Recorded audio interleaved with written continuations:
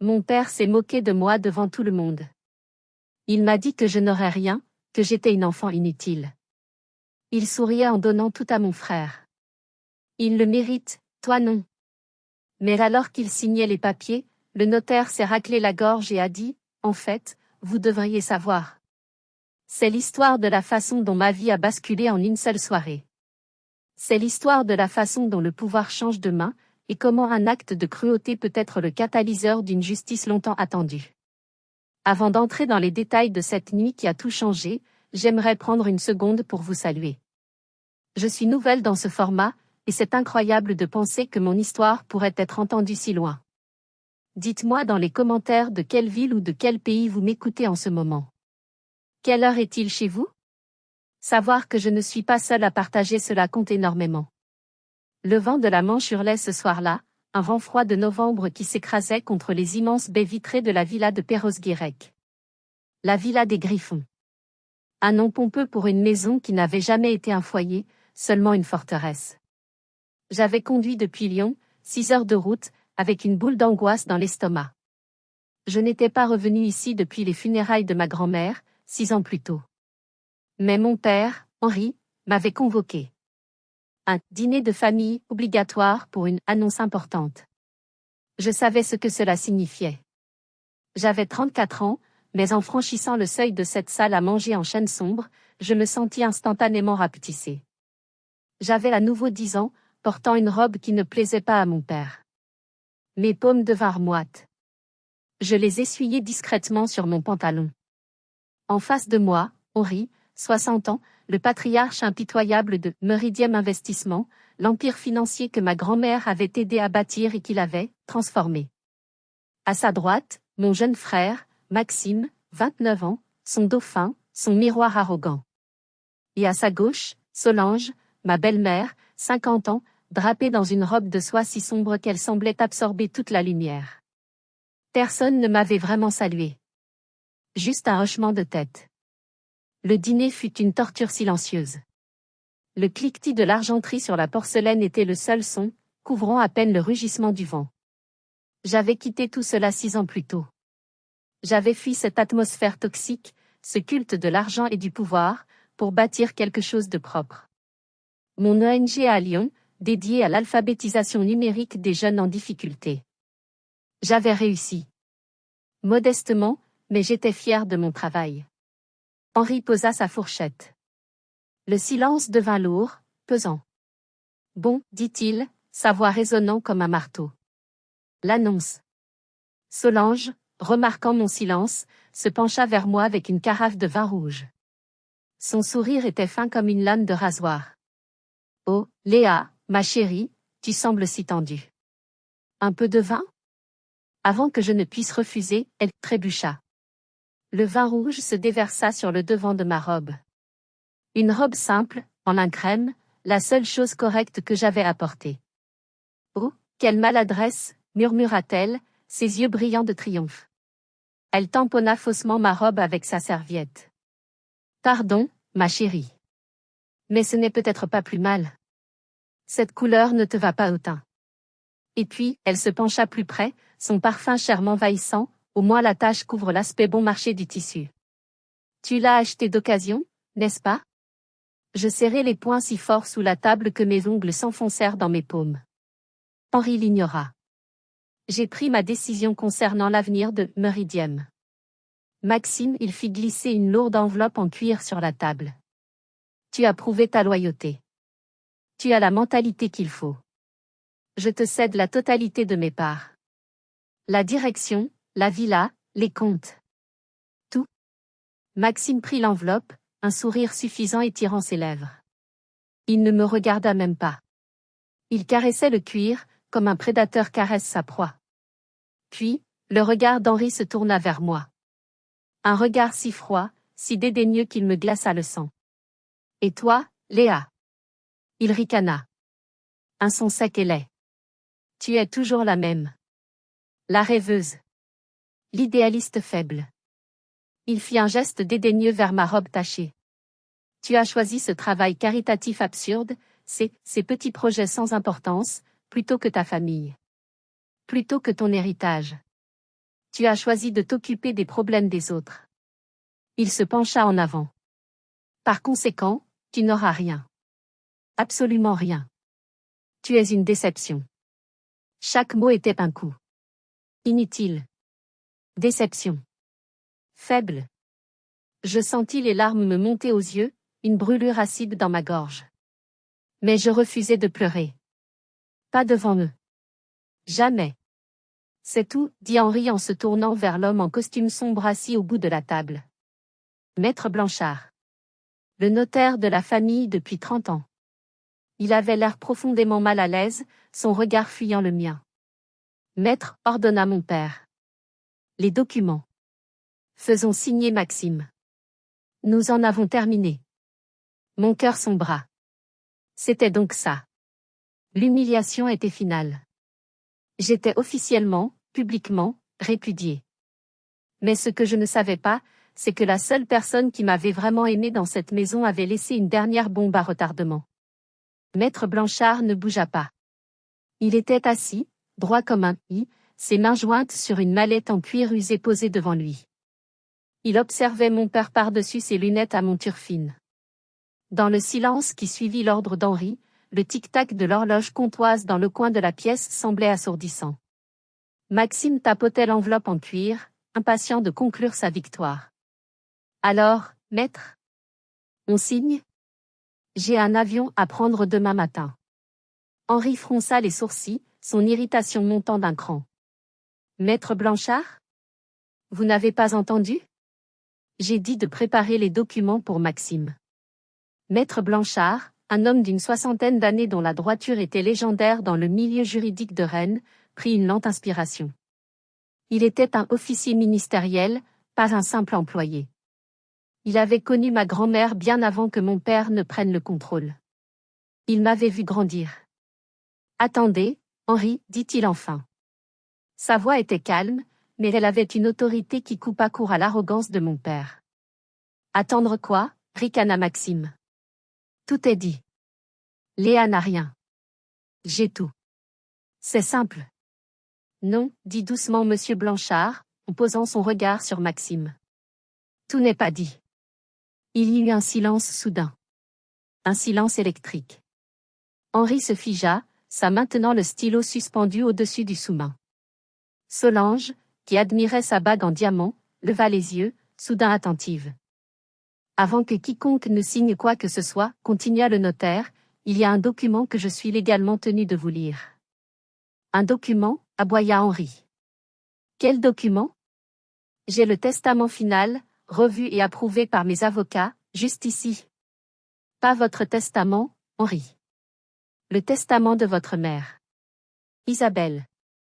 Mon cœur fit un bond si violent que j'en eus le souffle coupé. Grand-mère Isabelle. Le sang du sang de mon père, mais son opposé en tout. Elle était la cofondatrice de Meridiam Investissement, la visionnaire, l'architecte stratégique. Mon père n'avait été que le gestionnaire agressif. Elle était la chaleur de cette maison, le compas moral de cette famille. Elle était morte il y a 6 ans, juste après que j'ai pris la décision déchirante de déménager à Lyon. Je me souvins soudain, avec une clarté douloureuse, de la dernière fois que je l'avais vue. Elle était venue dans mon minuscule appartement lyonnais, avait regardé le chaos de mon bureau de NG naissante, les ordinateurs d'occasion, les tableaux blancs couverts de plans, l'odeur de café froid. Elle n'avait pas ri de ma folie. Elle avait posé sa main ridée mais forte sur mon épaule. Ceci, Léa, avait-elle dit, ses yeux brillants d'une fierté que je n'avais jamais vue chez mon père, ceci est un empire. Ne laisse jamais personne te dire que tu es faible parce que tu es gentille. La gentillesse demande plus de force que la tyrannie n'en connaîtra jamais. Ma mère, dit Henri, dédaigneux. Son testament est réglé et enterré depuis des années. Elle m'a tout laissé. Non, répondit Monsieur Blanchard. Pas tout à fait. Elle a déposé un amendement scellé auprès de mon étude, quelques jours seulement après sa visite chez vous à Lyon. Un codicille. Et il contenait une clause très spécifique. Quelle clause? Demanda Solange, sa voix devenant aiguë. Une clause qui ne devait être activée, dit Monsieur Blanchard en fixant mon père droit dans les yeux, que si vous, Henri, tentiez délibérément de déshériter Léa pour des raisons qu'Isabelle jugeait dénuées de jugement, capricieuses, ou contraires à l'éthique fondatrice de l'entreprise. Point. Le visage d'Henri passa du rouge à un violet malsain. C'est absurde. C'est ma société. En fait, dit calmement Monsieur Blanchard, non. Pas entièrement. Il posa sa mallette sur la table et l'ouvrit avec une précision délibérée. Il en sortit une vieille enveloppe en papier craft, épaisse, scellée à la cire rouge du sceau de ma grand-mère. Le son du sceau se brisant dans le silence de la pièce fut comme un coup de feu. Quelle est cette modification? Hurla presque mon père, perdant toute contenance. Monsieur Blanchard déplia le document. Voulez-vous que je le lise, mademoiselle Léa? Tous les regards se tournèrent vers moi. Je sentais le poids de leur haine, de leur choc. Mais sous cette haine, je sentais aussi une nouvelle émotion, délicieuse et terrifiante. La peur. Leur peur. Je déglutis, ma gorge sèche. Lisez-le, maître. S'il vous plaît. Maître Blanchard ajusta ses lunettes sur son nez. L'horloge comtoise semblait crier dans le silence de mort de la salle à manger. Le vent lui-même s'était calmé, comme si la Bretagne entière retenait son souffle.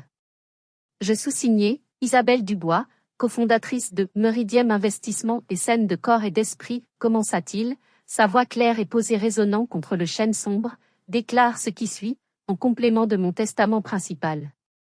Ayant observé la direction agressive, à mon avis, moralement discutable prise par mon fils, Henri, et craignant pour l'avenir de l'entreprise que j'ai aidé à bâtir.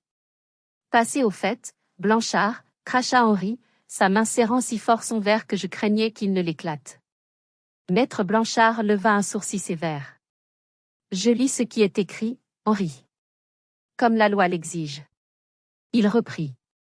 Et craignant particulièrement pour le traitement de ma petite fille, Léa, dont le caractère et l'éthique représentent le véritable avenir de mon héritage. Je sentis un frisson me parcourir. Elle avait écrit ça. Au cas où mon fils, Henri, dans un acte que je considère comme l'ultime trahison de nos principes fondateurs, tenterait, par malveillance ou par manque de jugement, d'exclure ma petite fille, Léa, de son héritage légitime au sein de l'entreprise. Il fit une pause, laissant les mots flotter.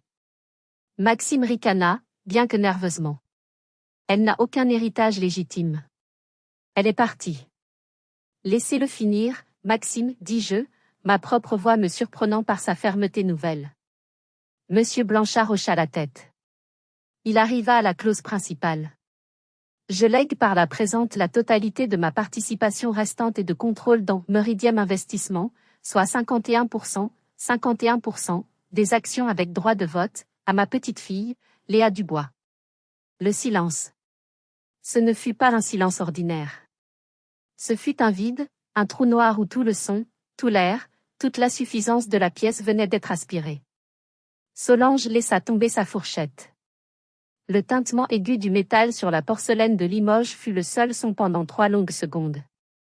Maxime resta bouche bée, son visage passant du blanc au gris.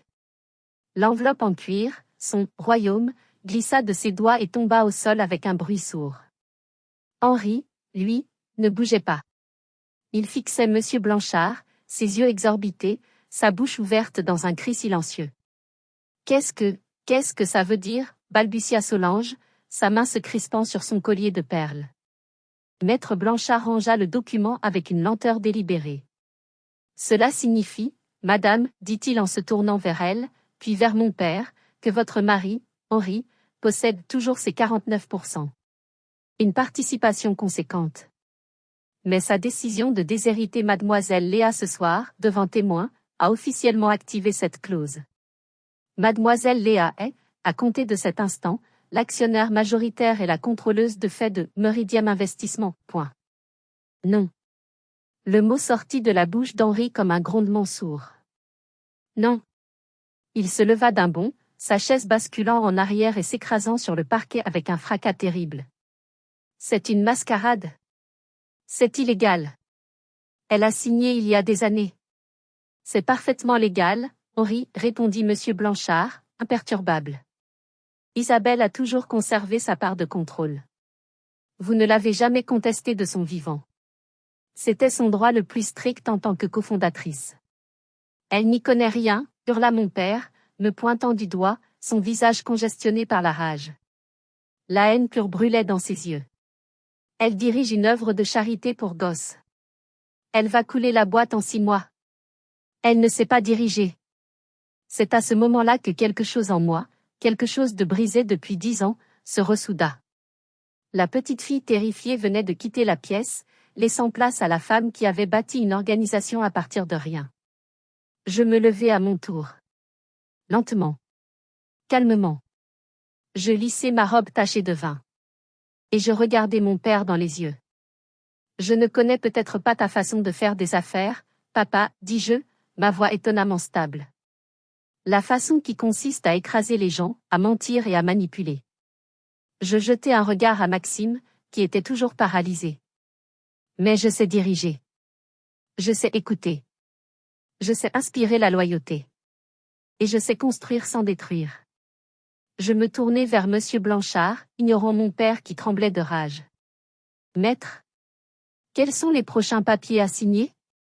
Nous avons une entreprise à gérer. Si vous avez senti ce moment précis, ce moment où le pouvoir est revenu à sa place, où l'intimidation a perdu la partie, alors n'oubliez pas de vous abonner à la chaîne.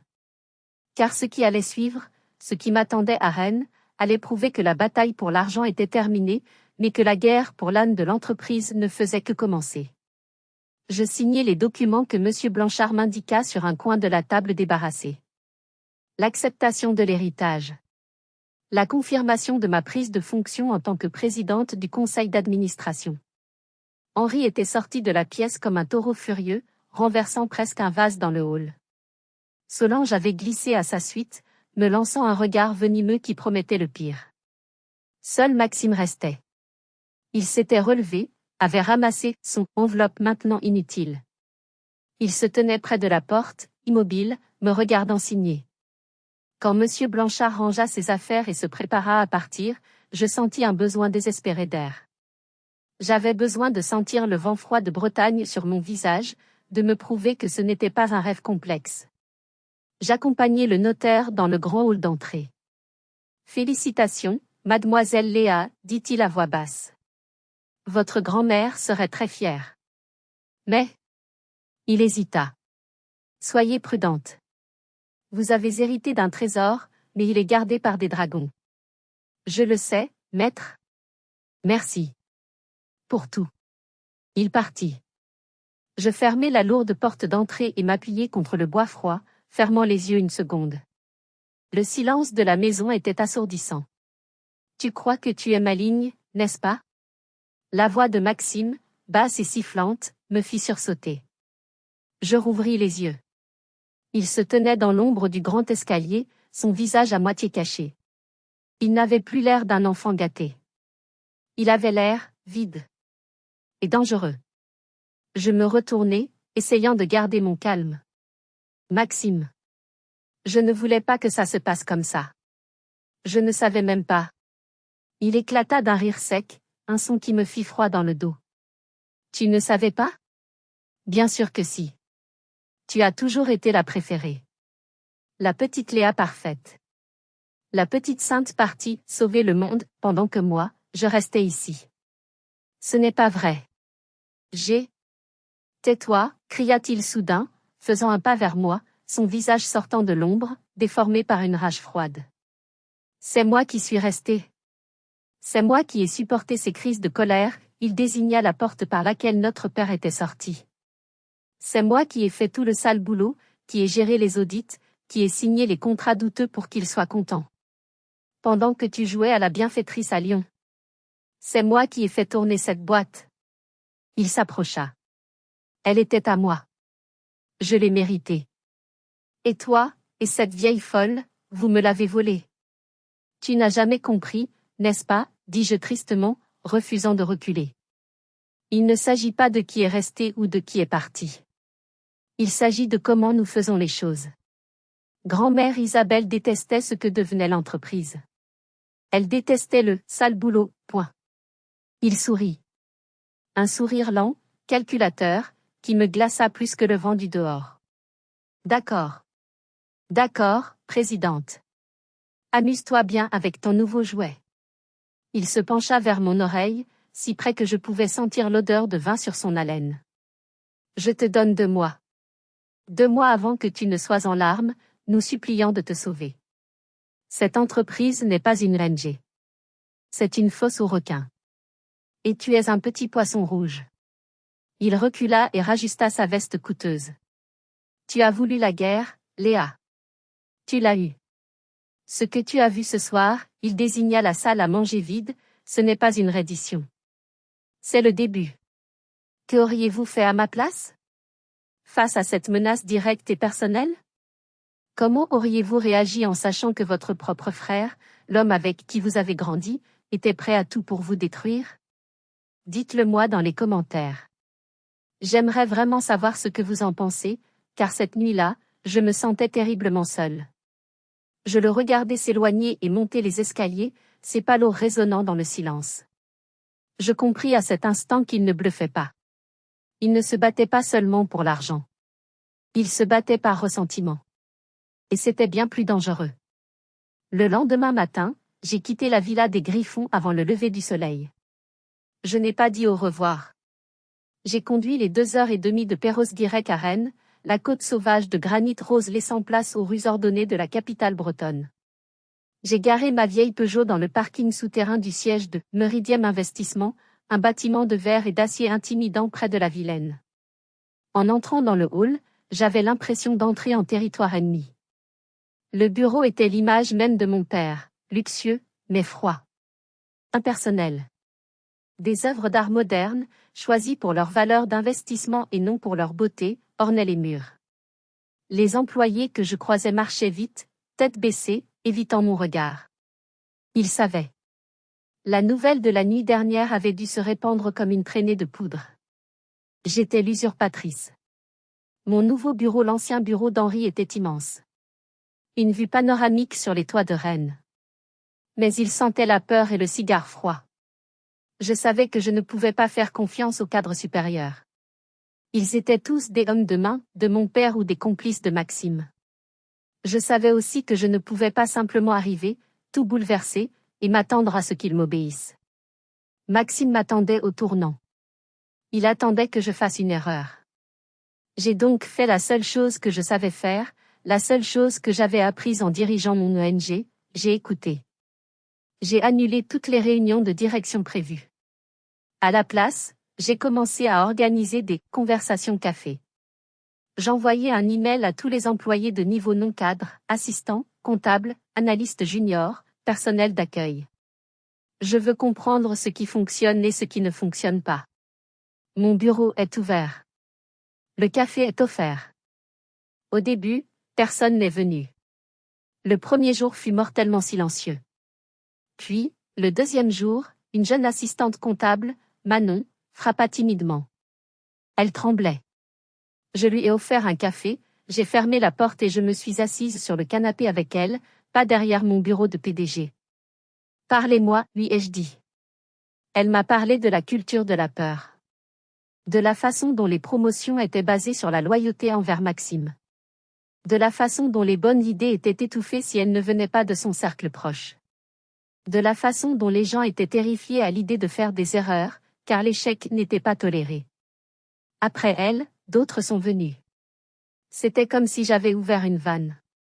Pendant ce temps, la nuit, je faisais ce que j'avais appris à faire en gérant les fonds serrés de mon ONG, je vérifiais les comptes. Je restais tard, très tard, seul dans cet immense bureau, épluchant des années de registres.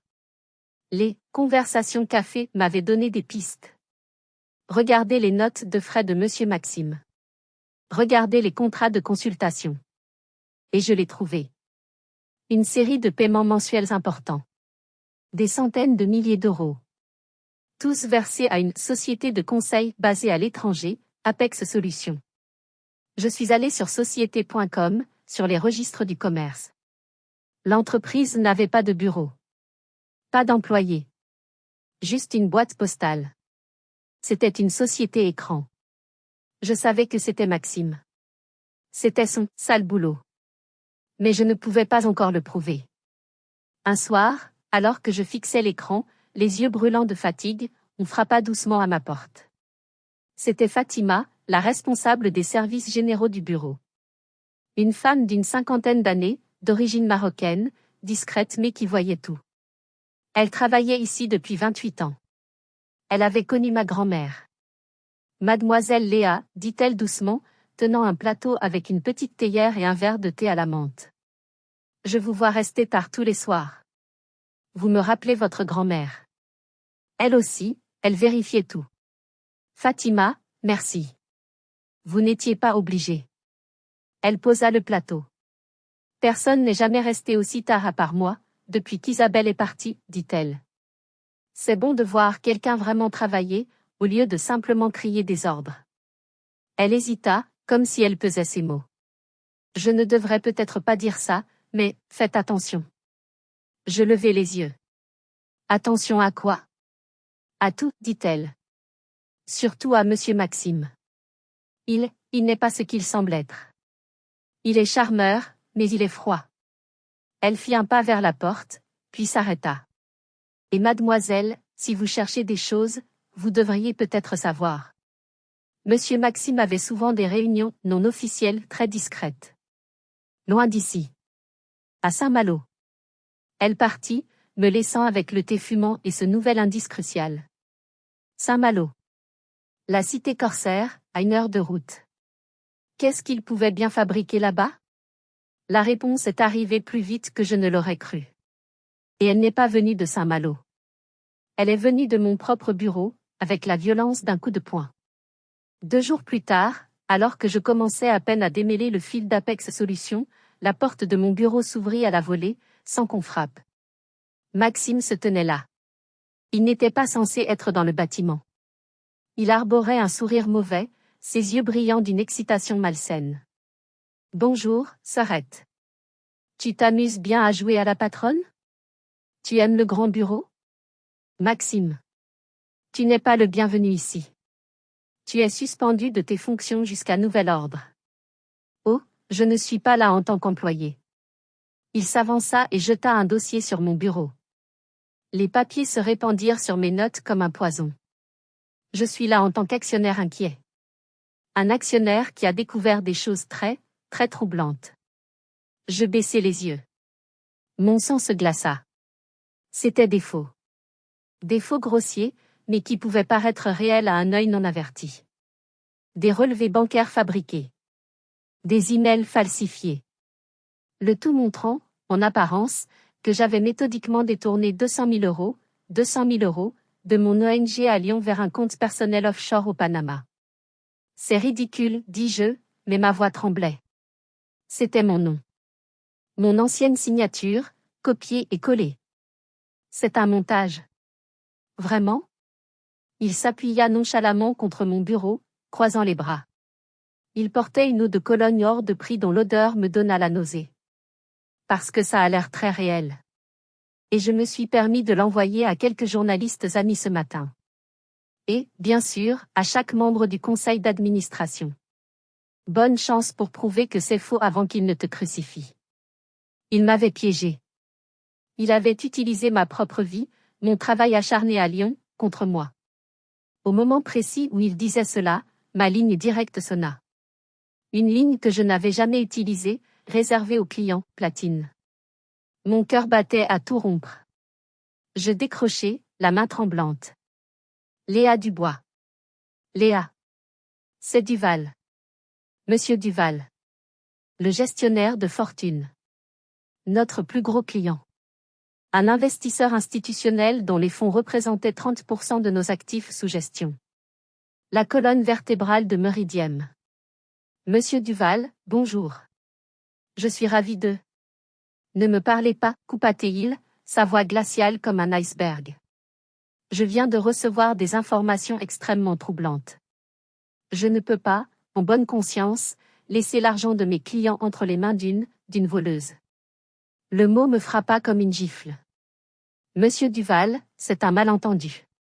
Ces informations sont fausses. Faux. Ça m'a l'air bien réel. Et l'article qui sortira demain aussi. Je retire l'intégralité de notre portefeuille. Meridiem Investissement n'est plus notre gestionnaire. Mon avocat vous contactera dans l'heure. Clic. Il avait raccroché. Je restais là, le combiné à l'oreille, écoutant la tonalité. 30%. En un appel. Je reposais lentement le téléphone et regardais Maxime. Il souriait.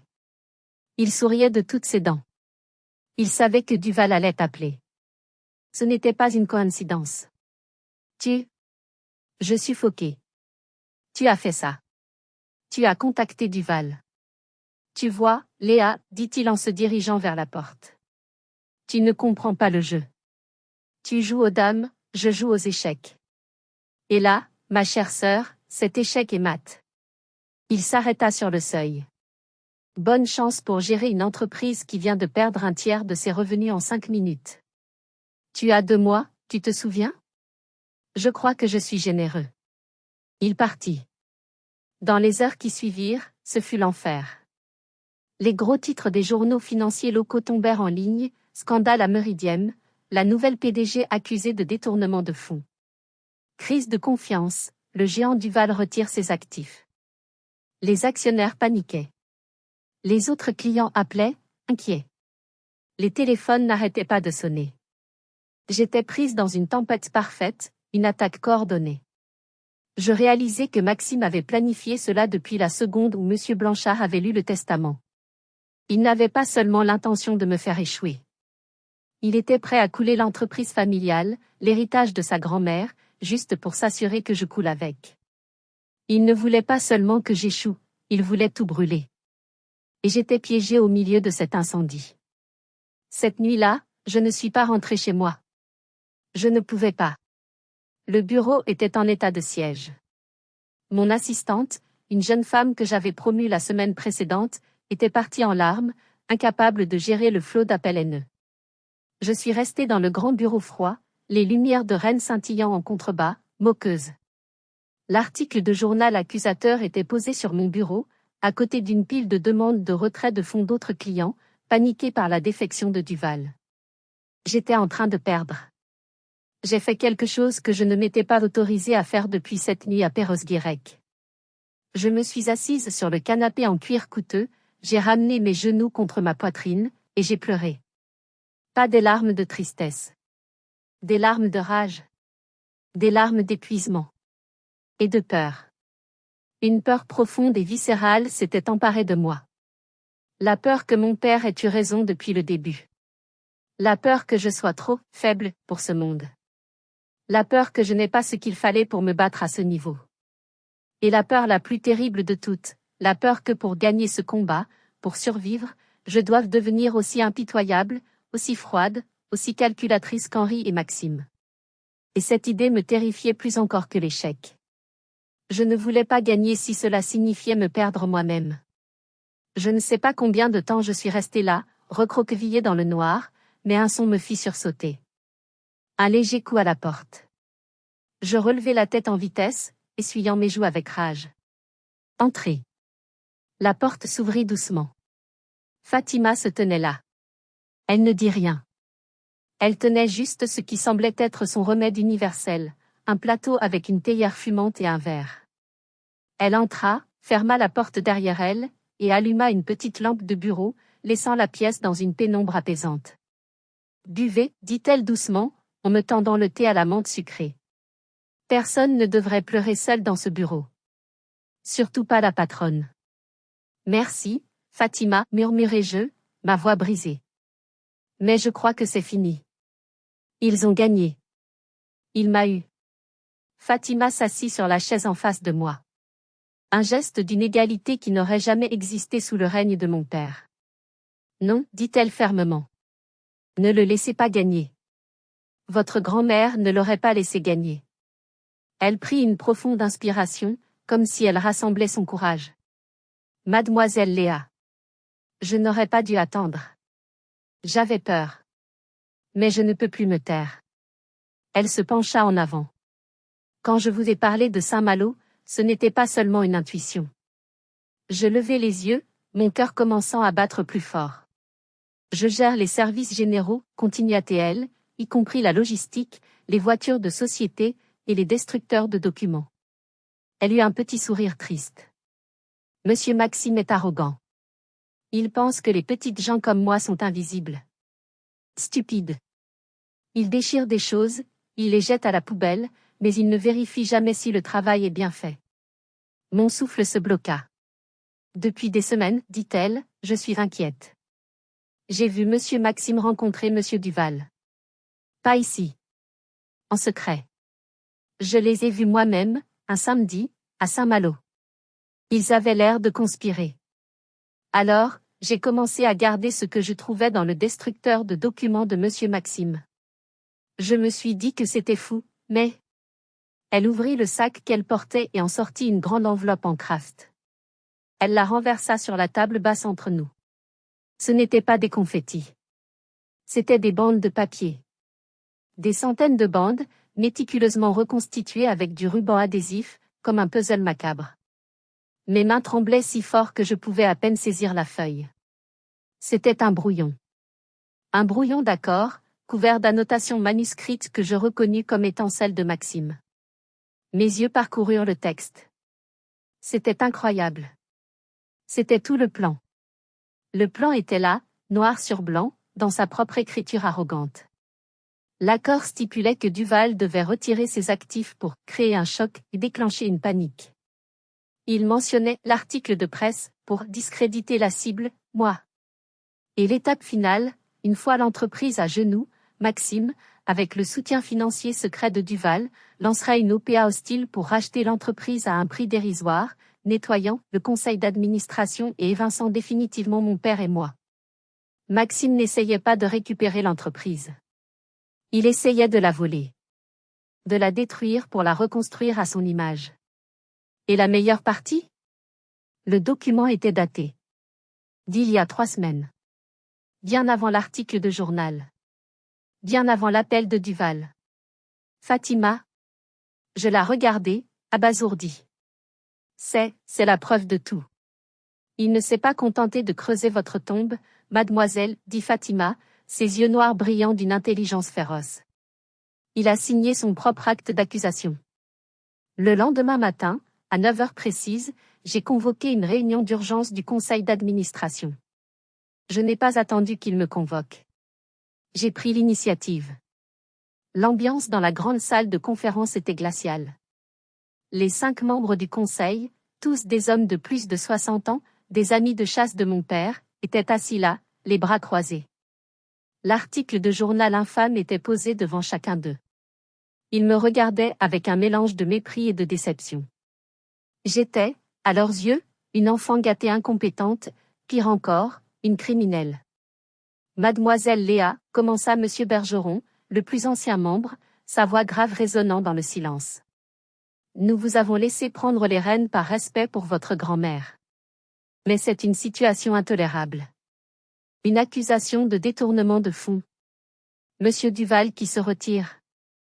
L'entreprise est en chute libre. Le cours de l'action s'est effondré ce matin. Il me regarda droit dans les yeux. Nous exigeons votre démission. Immédiatement. C'est la seule façon de sauver ce qui peut l'être. Les autres hochèrent la tête en signe d'approbation. Je restai debout, au bout de la table. Calme. J'avais passé le reste de la nuit à préparer cela avec Fatima et un avocat d'affaires de confiance que ma grand-mère avait toujours recommandé. Je portais mon armure, un tailleur-pantalon bleu marine impeccable. Merci pour vos remarques, messieurs, dis-je, ma voix portant dans toute la pièce, sans un tremblement. Je suis heureuse que vous soyez tous là, car nous avons en effet des problèmes financiers très graves à discuter. Ils froncèrent les sourcils, surpris par mon audace. Nous parlerons de ces accusations dans une minute. Mais d'abord, continuai-je, j'aimerais aborder un autre problème. Un problème bien réel, celui-là. Un problème de 4,2 millions d'euros. Il y eut des murmures confus. Bergeron fronça les sourcils. De quoi parlez-vous? Je fis un signe à Fatima, qui se tenait près de la porte, non pas comme une employée de service, mais comme mon alliée.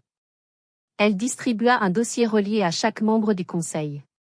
Vous trouverez dans ce dossier, continuai-je, le détail des paiements effectués au cours des 3 dernières années à une société de conseil offshore nommée Apex Solutions. Un total, comme je l'ai dit, de 4,2 millions d'euros, prélevés sur nos fonds opérationnels. Le silence s'installa tandis qu'ils ouvraient les dossiers. Je vis leurs yeux parcourir les chiffres. J'ai passé la semaine dernière à enquêter sur cette société, dis-je, marchant lentement le long de la table. Elle n'a pas de bureau. Pas d'employé. Son seul directeur est un certain monsieur Thomas Lemoine. Je fis une pause, laissant la tension monter, savourant le moment.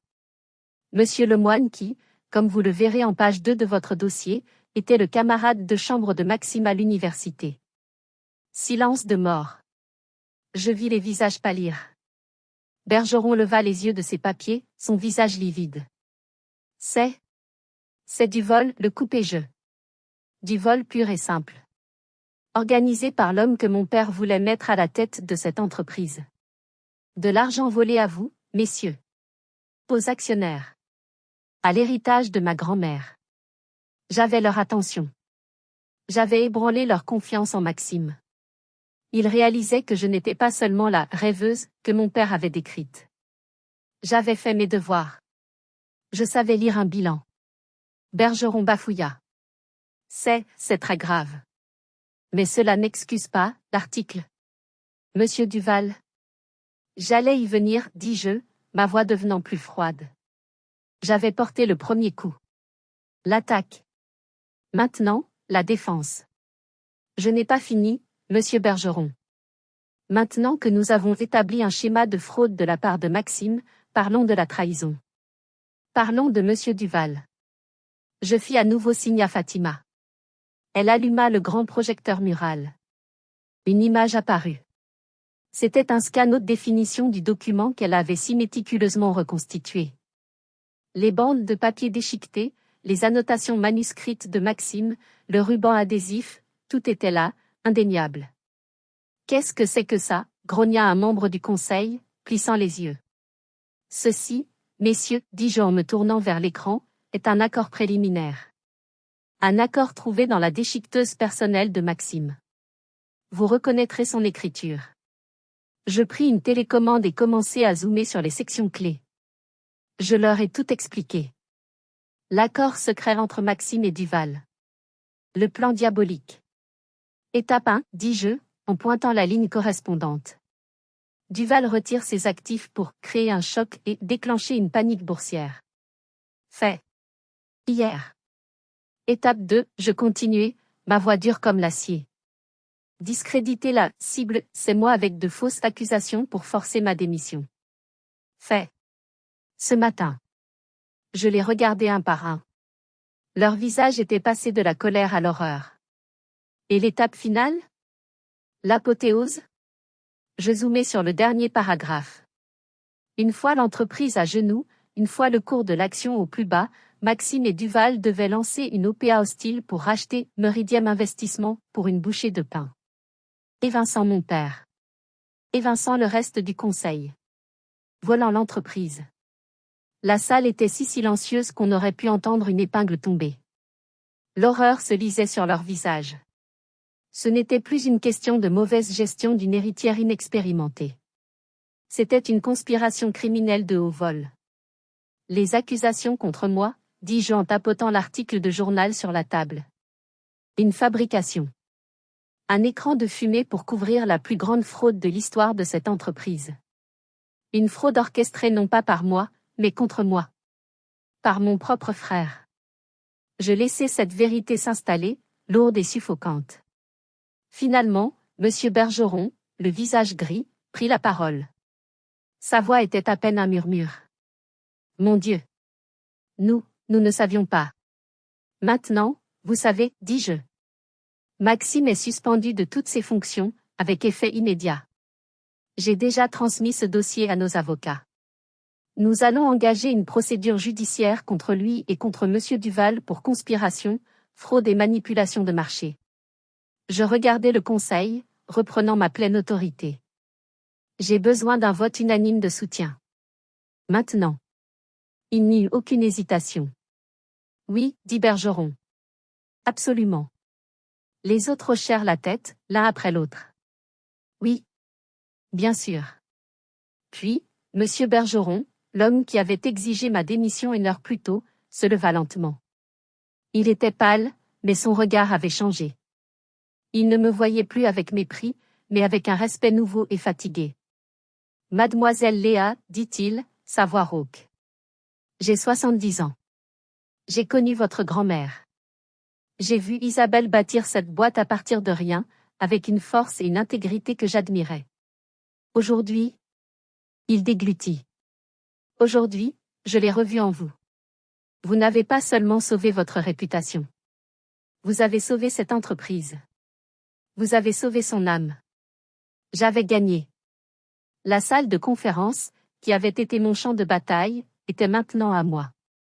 L'entreprise était en sécurité.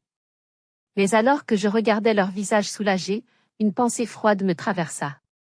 J'avais gagné la guerre professionnelle. Mais ma famille était en ruine. Était-elle seulement sauvable? Maxime disparut. Après la réunion du conseil, il avait dû être prévenu. Quand la sécurité est allée à son bureau pour le suspendre officiellement et saisir son ordinateur, il était déjà parti. Il avait vidé ses tiroirs personnels et s'était volatilisé. L'entreprise était en état de choc. La nouvelle de la conspiration de Maxime et Duval se répandit comme un feu de forêt. Les auditeurs furent appelés. Les avocats prirent le relais. L'ambiance au bureau de Rennes était étrange, un mélange de soulagement, de peur et d'excitation. Le tyran était parti, mais l'avenir était incertain. Quelques jours plus tard, alors que je travaillais tard pour rassurer nos clients restants, dont beaucoup, apprenant la vérité, nous avaient renouvelé leur confiance, je reçus une lettre. Elle avait été postée depuis Paris-Charles de Gaulle. Pas d'adresse d'expéditeur. Mais je reconnus l'écriture rageuse et inclinée de Maxime. J'ouvris l'enveloppe, mon cœur battant la chamade. J'espérais, malgré tout, un mot de remords. Une explication. Je n'ai eu que de la haine. Tu as gagné, commençait-il. Tu as toujours tout gagné, n'est-ce pas? La petite Léa parfaite. J'espère que tu es fière de toi. Tu as tout détruit. Tu as détruit la famille. Tu as appelé les flics. J'espère que tu pourras dormir la nuit. Il continuait, sur 2 pages. Des reproches. Des accusations. Je te déteste pour ça. Je te déteste d'être parti, et je te déteste encore plus d'être revenu. C'est moi qui suis resté. C'est moi qui ai tout enduré. Mais même morte, mamie t'a quand même choisi. Elle t'a toujours préféré. Pas un mot sur le vol. Pas un mot sur sa tentative de détruire l'entreprise. Pas un mot d'excuse. Seulement ce ressentiment pur, enfantin, toxique. Il était tellement aveuglé par sa propre jalousie qu'il se voyait comme la victime. Je pliai la lettre lentement. Les larmes que j'avais refusé de verser pour moi-même, je les versai pour lui. Pour le petit frère que j'avais connu, avant qu'il ne devienne cet étranger. Il était perdu. Je rangeai la lettre dans le tiroir le plus profond de mon bureau. Je ne la relirai jamais. À côté, se trouvait le seul objet que j'avais pris dans la villa de Perros-Guirec cette nuit-là. La vieille boussole en laiton de grand-mère Isabelle. Elle me l'avait offerte quand j'avais 12 ans. Je la pris dans ma main.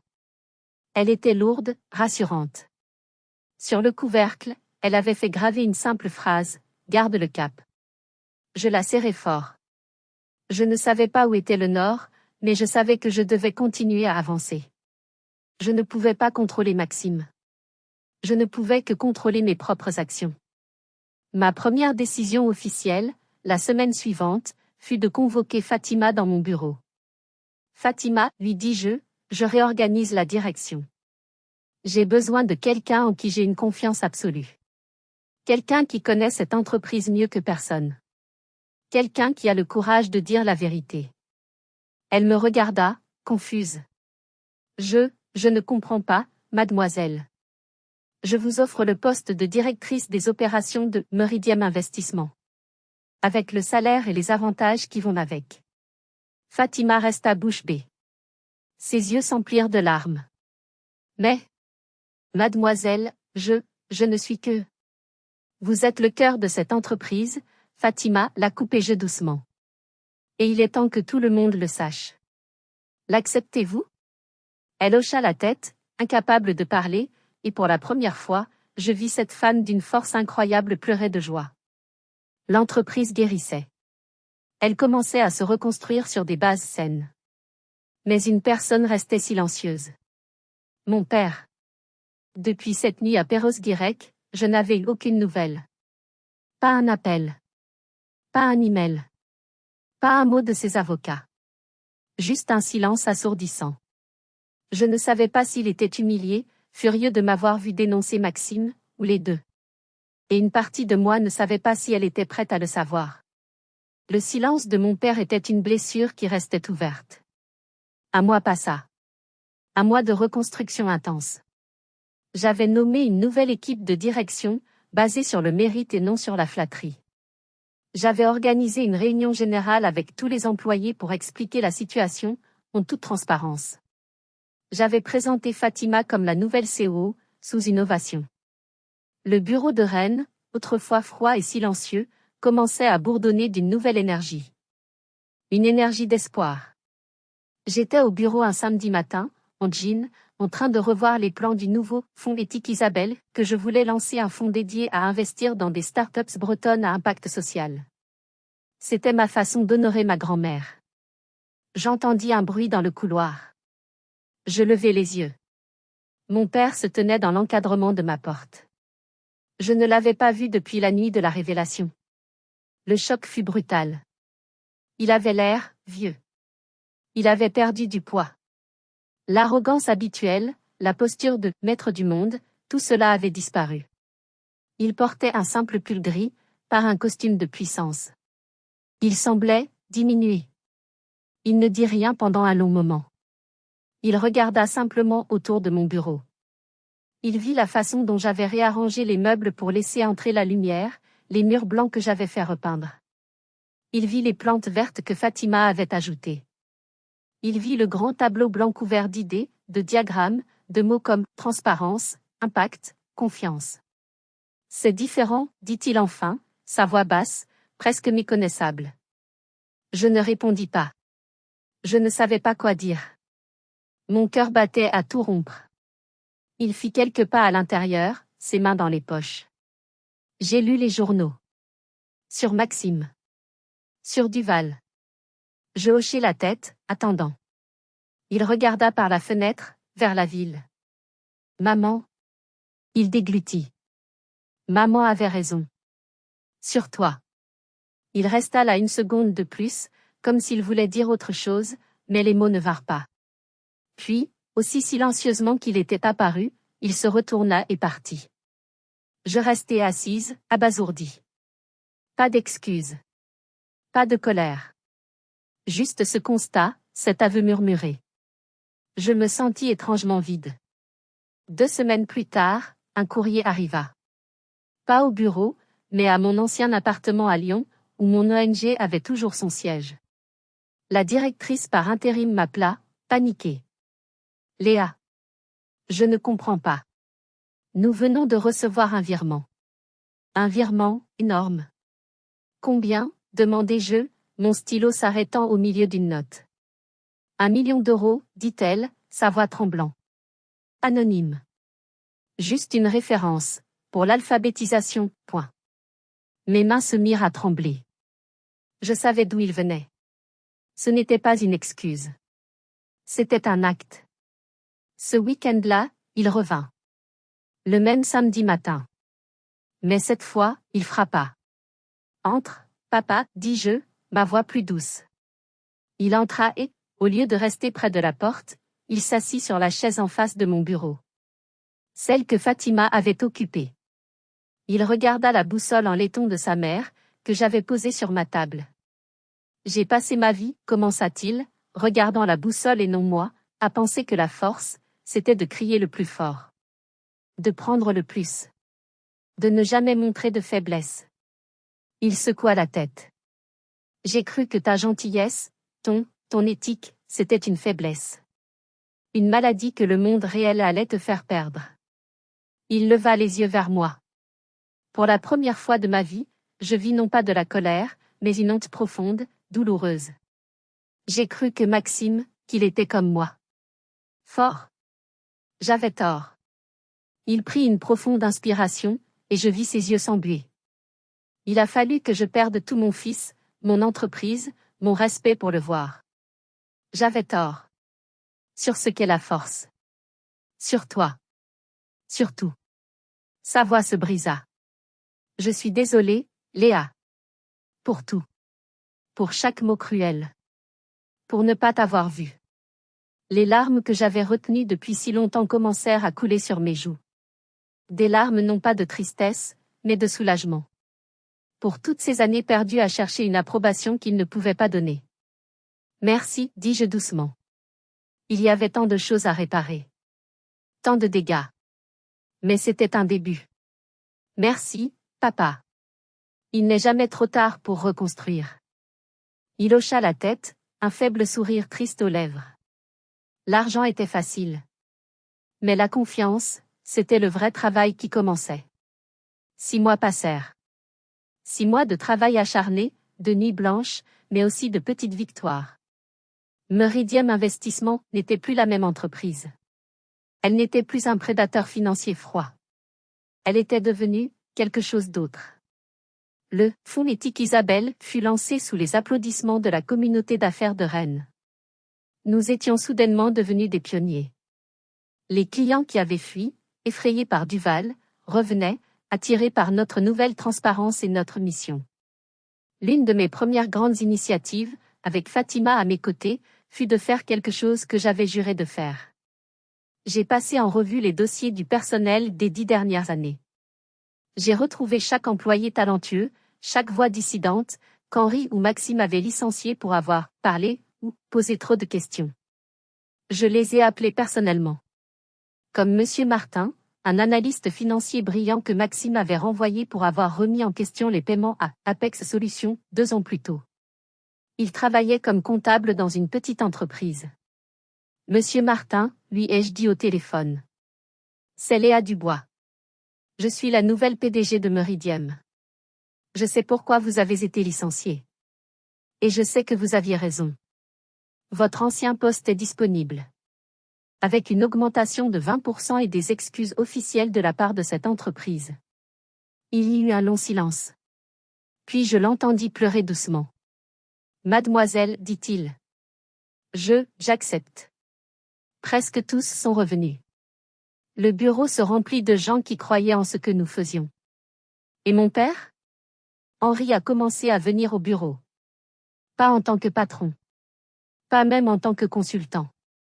En tant que bénévole. Il passait 2 jours par semaine à travailler pour le fonds de la fondation, utilisant son expérience impitoyable non pas pour écraser, mais pour guider les jeunes entrepreneurs que nous financions. Il leur apprenait à lire les petits caractères d'un contrat, à ne pas se faire avoir.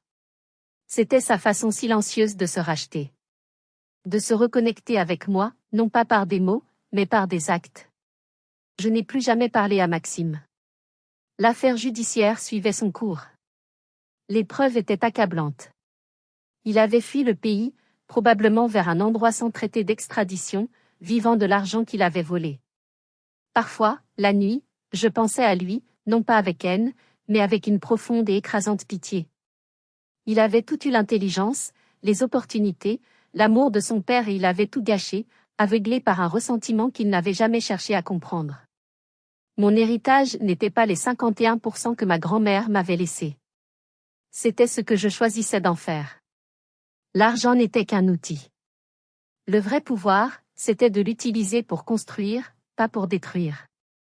Aujourd'hui, quand je m'assieds dans ce grand bureau lumineux, je regarde la boussole en laiton sur ma table. Garde le cap. Je pense à ma grand-mère. Je pense à Fatima.